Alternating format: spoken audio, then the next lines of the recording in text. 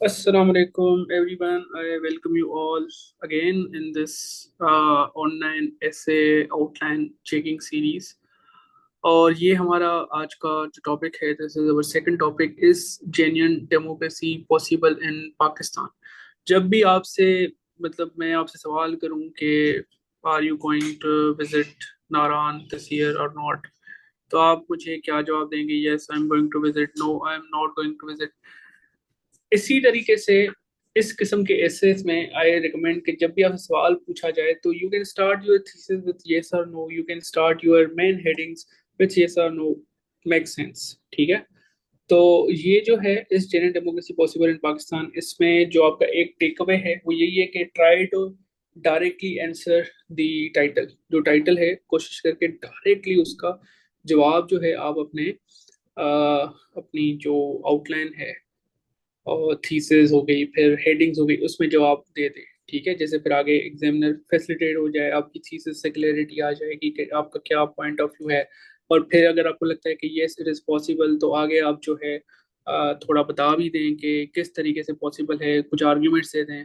तो एक तो ये टेक अवे है। दूसरा टेक अवे ये जो प्रेजेंटेशन के हवाले से ये है कि अभी जो भी आप सब लोग सुन रहे हैं, अगर आप प्रैक्टिस कर रहे हैं एसेस की, तो हमेशा प्रैक्टिस करते हुए जो अपनी कॉपी है वो वाइड इतनी ही हो और साइड में मार्जिन्स दिया करें।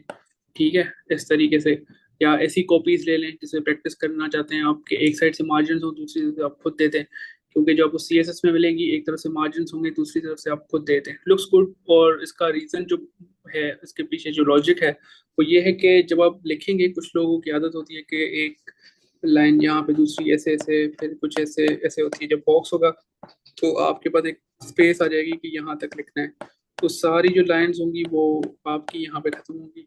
इसी तरीके से वो एक जो आप लिखेंगे वो इससे लगेगा एक बॉक्सेस में लिखा हुआ है। और फिर प्रेजेंटेशन अच्छी होती है, क्योंकि the first impression that examiner is going to have from your essay या पेपर, कुछ भी, तो वो आपकी राइटिंग, आपकी प्रेजेंटेशन है, वो अच्छा होना चाहिए। ठीक है। उसके अलावा जब आप प्रेजेंटेशन के बाद, जो दूसरी बात इसमें आपको बतानी चाहिए कि ये मैंने ऐसे चेक किया था अपनी, आई थिंक ऐसे पेज 13 में या 14 में। और इसमें देखेंगे कि मैंने इसकी थीसिस में से काफ़ी गलतियां निकाली हैं। इन्होंने लिखा है in Pakistan case Indian democracy can be prevail but have some challenges that can be taken। इन्होंने लिखा था by making good policies, strong and independent institutions like judiciary, media, transparency, अब इनके ओवरऑल एक्सप्रेशन में मसला था। अब ये जो इस gender democracy possible in Pakistan, तो इन्होंने ऊपर लिखा जो है वो इन पाकिस्तान केस लिखा है, जो ठीक नहीं है, क्योंकि यही पाकिस्तान के बारे में। तो अगर लिखना भी चाहते थे तो इस तरह लिखते कि यस या no, genuine democracy is not possible in the case of Pakistan. ठीक है। इन पाकिस्तान केस ये एक्सप्रेशन वाइज भी अच्छा नहीं है। और कैन बी प्रिवेल, यहाँ भी ग्रामर की गलती है, टेकल में टी नहीं था, ये ग्रामर की गलती है। मैंने देखे लिखा हुआ है इसके लिए कि you should work on your grammar. ठीक है। और फिर इन्होंने प्रॉपर नंबरिंग वगैरह नहीं दी। आई रिकमेंड, हाईली रिकमेंड के प्रॉपर नंबरिंग दिया करें। इंट्रोडक्शन को नंबर 1 दिया करें, सेकंड हेडिंग को नंबर 2, फिर हर्डल्स को नंबर 3, फिर इस तरह करके आप नंबर 4, इस तरह, लुक्स गुड। दूसरा ये कि इन्होंने स्पेसिंग बहुत ज़्यादा की हुई है। अगर आप देखेंगे तो ये सब हेडिंग्स के बीच में भी स्पेसिंग है। अब खुद आप देखें कि ये आई प्लीज है ही नहीं आउटलाइन।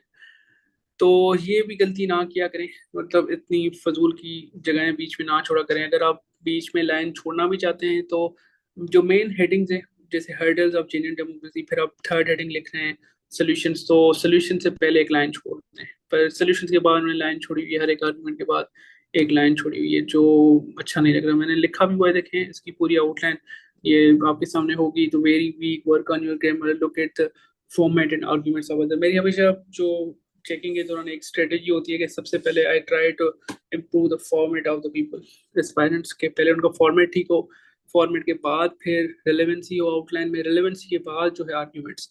जब आर्ग्यूमेंट्स किस तरह इंप्रूव करते हैं, जब पहली दो चीज़ें क्लियर हो जाएंगी, आसान हो जाएंगी, जो बहुत आसान है करना, फॉर्मेट एक दो आउटलाइन में सही हो जाता है, रिलेवेंसी भी समझ जाते हैं क्या करना है, फिर आर्ग्यूमेंट्स की गेम है सारी। फिर उसमें काफ़ी लोग आर्ग्यूमेंट्स ऐसे दे देते हैं जो रिलेवेंट नहीं होते हैं या अच्छे नहीं होते हैं, फिर उस पर काम चलता रहता है।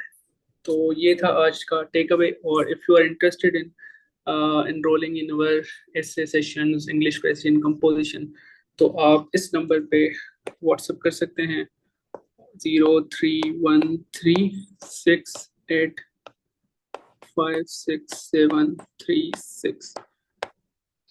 I personally teach essay and criminology। बाकी भी मैं सोच रहा हूँ कि एक दो सब्जेक्ट और भी मैं खुद पढ़ाना स्टार्ट करूँ, जैसे इंटरनेशनल रिलेशंस और जेंडर स्टडीज और इस्लामियात।